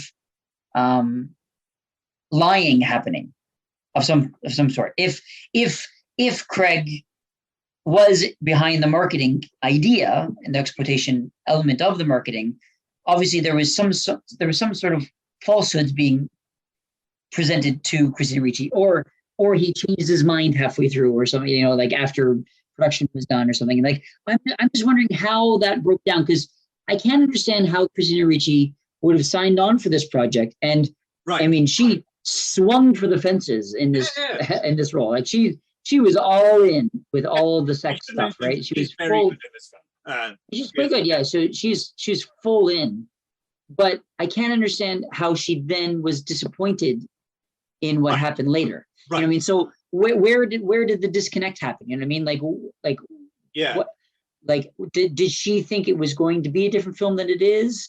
Or is it just the marketing that she thought it was? She didn't think it was exploitative, but the marketing itself just was, and then they kind of like almost pulled the rug out from underneath her, or like that's what I'm not sure. And yeah, so I mean that's. Or it could be just good old capriciousness as well. It could be one day she wanted to do it, and then the next day she regretted it. You know, that happens as well, right? I mean, yeah. So yeah, it's interesting, and I agree with you. I was a little bit surprised. I remember this film coming out, and I remember talk at the post, but I don't remember that much controversy about it, which I think it certainly would get if it was released now. Yeah. Like, I don't think it would be released now, actually, but I don't think so. Yeah. And isn't that interesting? In such a short space of time, in just 15 years. Everything's changed so much. You really can't imagine it. And it's only 2006, but it really feels like a film from a different era. Well, maybe that, like from the 70s, right? The exploitation films of the 70s, right? I mean, in that case, some of it does feel like a 70s exploitation film. No, I agree with you. There's that element, but beyond that, the fact that you could make a film like this in 2006 that alluded to, because there's a lot of 2006 in it as well, right? So it's just that. I think there is a divide between 2006 and now as well, right? So maybe it doubles down on it because of the kind of retro nature of it. But isn't it surprising how weird this film seems as a pretty major release now? Like, right? Yeah. But again, I don't think that's necessarily. Again, maybe we're not the right people, but we're allowed to have an opinion, right? I mean, and that is our opinion, that we don't find it offensive, but then again, I suppose we're not the demographic that would be offended by it. Exactly, right? So I mean, that's what I mean, is that there's nothing offensive for me because I wasn't sexually abused and I'm not Black. So I mean, either way, but I can see how it could ride the line of offensiveness, right? So but I mean, I enjoyed it, but I wasn't entirely convinced that it wasn't irresponsible. So that's what I mean, is that I'm not qualified to judge if it was irresponsible or not. You know what I mean? Which is why I said I was surprised that Craig Brewer himself isn't Black, just because I felt that there was a level of responsibility. Right, you think it would have more license maybe if it was more license if he was Black, but the fact that he was white almost made it feel irresponsible. Like, oh well, are you who are you? Especially being a white guy from California, how are you qualified to tell the story? But then, and you have John Singleton and Samuel Jackson, who are obviously standing off on it, right? So to some degree. So So again, I don't know, but I mean, who am I to judge what's offensive and what's not for other people? You know, I mean, it's nothing to do with me, right? So and also I mean, it doesn't really matter if it is or not, right? It is what we're doing it on its basis, right? So, but it's but as a movie itself, I mean, taking away whether or not it's offensive or not, you know, as a movie, I think it holds up, and I'm glad it didn't take the easy way out sometimes. Right. You know, I mean, and definitely, like, you know, you take the ending, you know, you mentioned the ending a little bit before, where, you know, they you know, you think it's a bit of a happy ending where they, you know, they come back together and they get married, and you're like, okay, well, now they're going to kind of live happily ever after. And then literally driving away from the wedding, he has another, you know, anxiety, panic attack. And then she immediately starts to have her, you know, her like sexual thing happening again. And then she kind of snaps out of it, and then they bring each other, they kind of calm each other down. Right. So, which is, you know, I appreciated that was the ending, that it wasn't like it wasn't like a happily ever after kind of thing. Yeah. That there's going to be still work to do, right? Kind of thing, right? So and odds are they may not even make it, right? So that's the thing. Okay. Yeah. So, but yeah, I think that's what I like about the film in a way, is that, that it there's no easy way out, and because it's, I suppose the way you could come down on it is, this is problematic territory, like the issues at large, like they're quite serious, and why turn that into cartoonish entertainment in a way? But like I said, that's kind of that's a way in a way, like did you think this was cartoonish? Well, you have a white woman in denim cutoffs running away from a black man's shack on a chain, yelling. I think that's kind of it's like one of those old paperback Mandingo covers, right? Like with a black slave and a white woman around his legs. His leg. It's definitely going for that. So we didn't mention the film Mandingo, but yeah, I suppose Mandingo and that period in the 70s, it's going for whatever those, and those are interesting as well. Like if you go back, if you watch Mandingo, the sequel Drum now, those films as well are like, what the fuck is this film? Is this offensive or not? Like it's a film that takes a very serious topic, makes it really much more cartoonish than this film, actually, the original Mandingo. But is it don't know if this is offensive or not, because I mean if you take the cartoonish nature of like the sort of like the heightened kind of I assume, as you said, it's a way in, right? It's sort of like, you can talk about, I mean, you take I was mentioning earlier to you about like this sort of history of comedy of seeing, I was watching an episode on like satire and parody, and I mean, you look at things like South Park and The Simpsons, who are like some of the best satire and parody of pop culture, because they can do stuff that, because they're animated, right? So it's almost like having, like, those are literally cartoons, right? But like having a cartoonish nature allows you to say things that other people can't, or that you can say in other ways, right?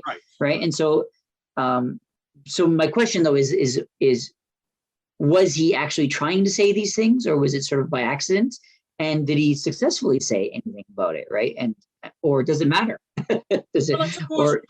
From my point of view, I suppose my takeaway was that it kind of did make me think a little bit about how there's, you have to live with these things, and there's no cutoff point, and the happy ending is actually a long road, and so in that respect, I think it did work. But then again, I'm also aware that those are things that I have thought about before, and are kind of things I'm interested in, I suppose, and in some ways I'm a bit of a target audience, I suppose. Right.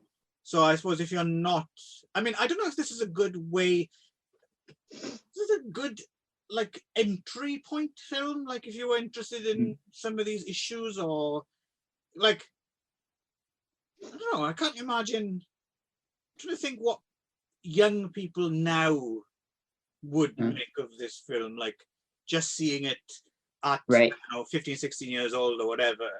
Because this would have been an R as well, not an NC-17. So I'm assuming quite a lot of kids saw it in theaters with their parents, because there are a lot of irresponsible parents who take their kids to see things that are not acceptable. Right. So you're wondering how that would work on younger minds, right? Like, or maybe they would just totally not see certain elements that other people would pick up on. There's that famous episode of South Park, right, where they have like the town flag or something, and it's like a black character on a gallows, right, and there's a white character hanging and it's about the history of lynching or whatever, and everyone's in uproar, and then the kids are like, oh, what's the big deal? People did kill people, and the whole episode's about how, oh well, the kids didn't even notice that one character was black and the other one was white, kind of thing. That was another generation bringing their own baggage, right? So you wondered, would someone like a really young kid, if they saw Black Snake Moan now, maybe they wouldn't pick up on the racial dynamics. They'd just be more about, oh yeah, that guy tied a woman to a radiator, for her own good, but for own good, But yeah, it's possible. I mean, that would be a nice world where the racial thing doesn't matter anymore. Right. So yes, but, we can all lie down next to each other on pianos. But I do have to say that when he goes to get in the scene where he finally goes into the shed to get out the chain and he's sort of pulling it out of the box, I was like, oh, I wonder what that's for. I mean, it can't be for her, right? But and then the next scene where he actually does it, I was like, wow, they did it. So I mean, I would say it was quite shocking when I saw it. So yeah, it's a bold film. It's bold. It's very bold. It was, the guy's got, Crib Brewer's got balls, I gotta say. Yeah. So and it was, got to see. I mean, semi-nude Gina Ricci on a chain. So thanks. And certainly, whether or not it was successful, it certainly spurs discussion, right? I mean, definitely. It's definitely a discussion-worthy movie, right? So, but I like the fact that it mixes it up. I mean, it excites both the little head and the big head, which is no small feat. I mean, to do both at the same time it's kind of quite heady, right? It's right. Heady is you did there. I've been planning that for weeks. Well, so anyway, if you, to the listeners, if you have any comments about Black Snake Moan, please visit us on the Facebook page. Yeah. Baltimore Wood for Circle Jerk, and let us know.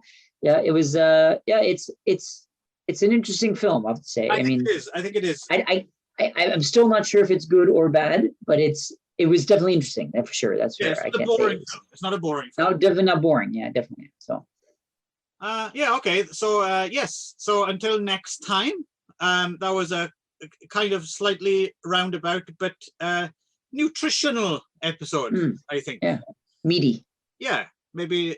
I don't know what we'll get up to next time, but anyway, we'll do that. See you next time. Bye. Bye. Oh, ain't got no mama now.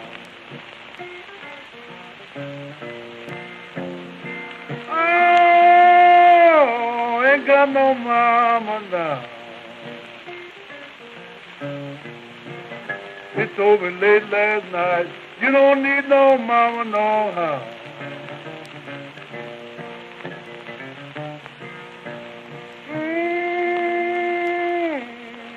Black snake crawling in my room.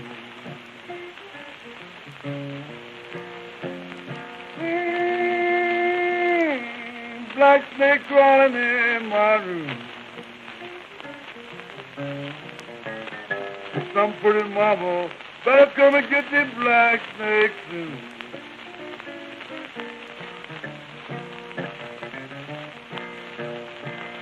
Oh, that must be a bed bug. Baby, a can't bite that hard. Oh, that must be a bed bug. Honey, a can't bite that hard. Asked my sugar for 50 cents. She said lemonade a child in the yard.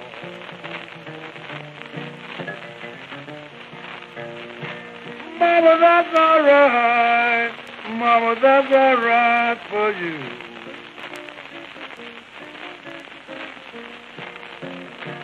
Mama, that's all right. Mama, that's all right for you. Mama, that's all right. Won't you know where you do?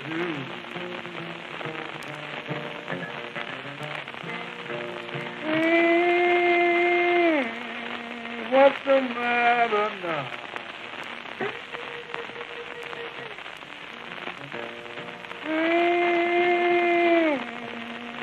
Honey, what's the matter now?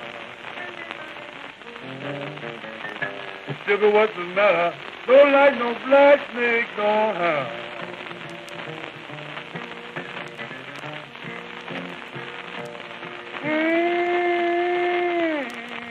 Wonder where my black snake gone.